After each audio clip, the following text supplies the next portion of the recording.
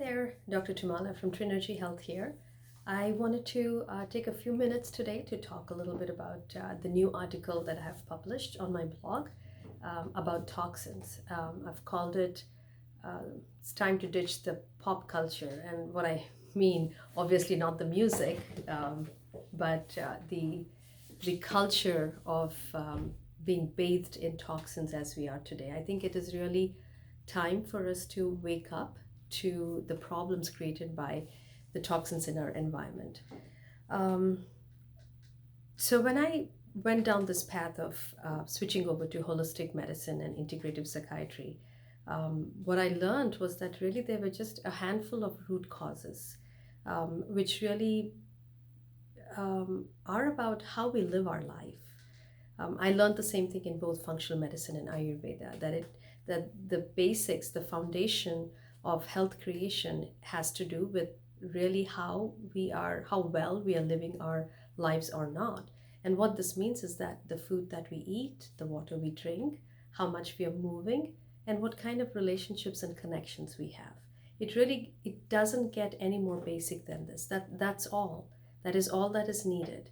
But in today's world, a big complication has been from the toxins in our environment.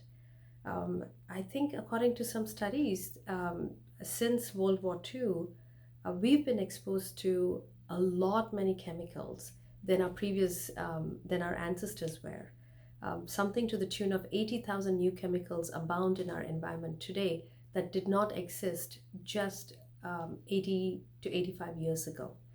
And a big push for use of these chemicals really came from the chemical revolution that took over pretty much the whole world. We saw that here in the US. I think the slogan was "Better Living Through Chemistry," and we also saw that in my homeland. It was called the Green Revolution in the 70s when in that decade. Green Revolution was introduced as a way to supplant traditional forms of agriculture that has survived for thousands of years with the use of chemical fertilizers and the promise that it was going to result in higher yield, better crops, and more financial abundance for farmers. But as we have seen, these kinds of promises made by industry have not really borne fruit. What we see when these kinds of practices are implemented is that in agriculture, the yield is not the same, the quality of the crops goes down, and the quality of soil, which is so integral to everyone's health.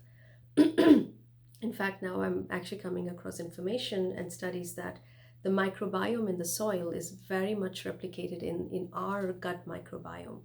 And when we use these chemical fertilizers and herbicides and pesticides, they destroy the microbiome of the soil, and then the plants that are raised in such a manner are devoid of such microbes, which then results in lack of microbial diversity in our bodies. And so it's a chain reaction. It again goes to proving this point that we are all interconnected. We are part of this earth. The microbes need to exist just as much as we have a right to live on this planet. Getting a little sidetracked here, but the focus for this blog article was really about how toxins are causing this widespread inflammation in everywhere.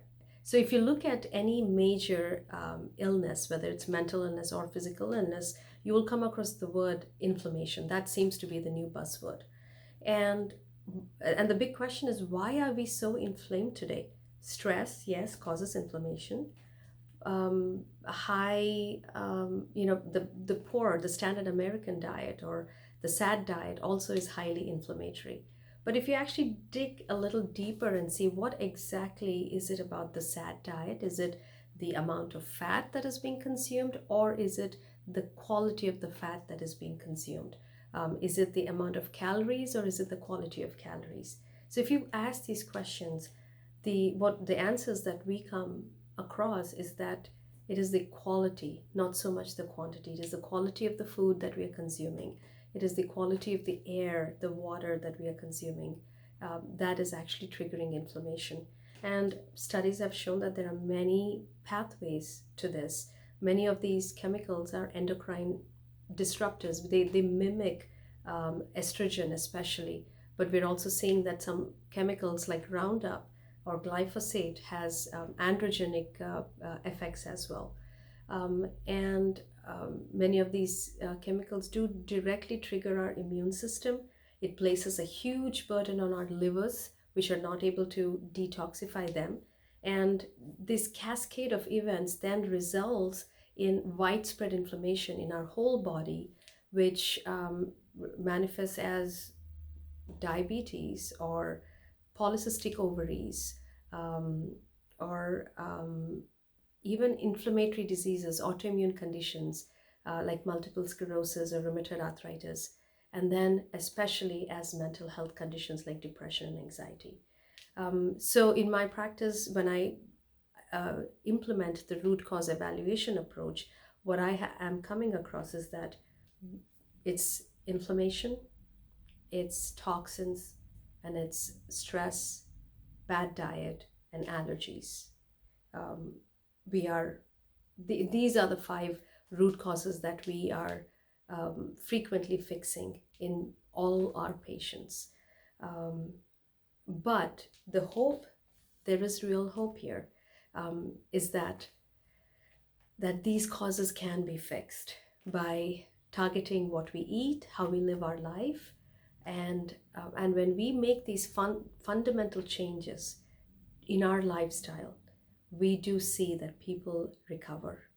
So recovery is very much possible from both from chronic mental and physical illnesses, and um, and it is by these foundational fixes that we are teaching our patients here. So if you are interested in learning more about what it is that we do for mental and physical well-being, give us a call at 262-955-6600. And if you want to know more about what patients are saying about us, please visit our website, trinergyhealth.com, and go to our testimonials page. We hope to see you in good health. Take care.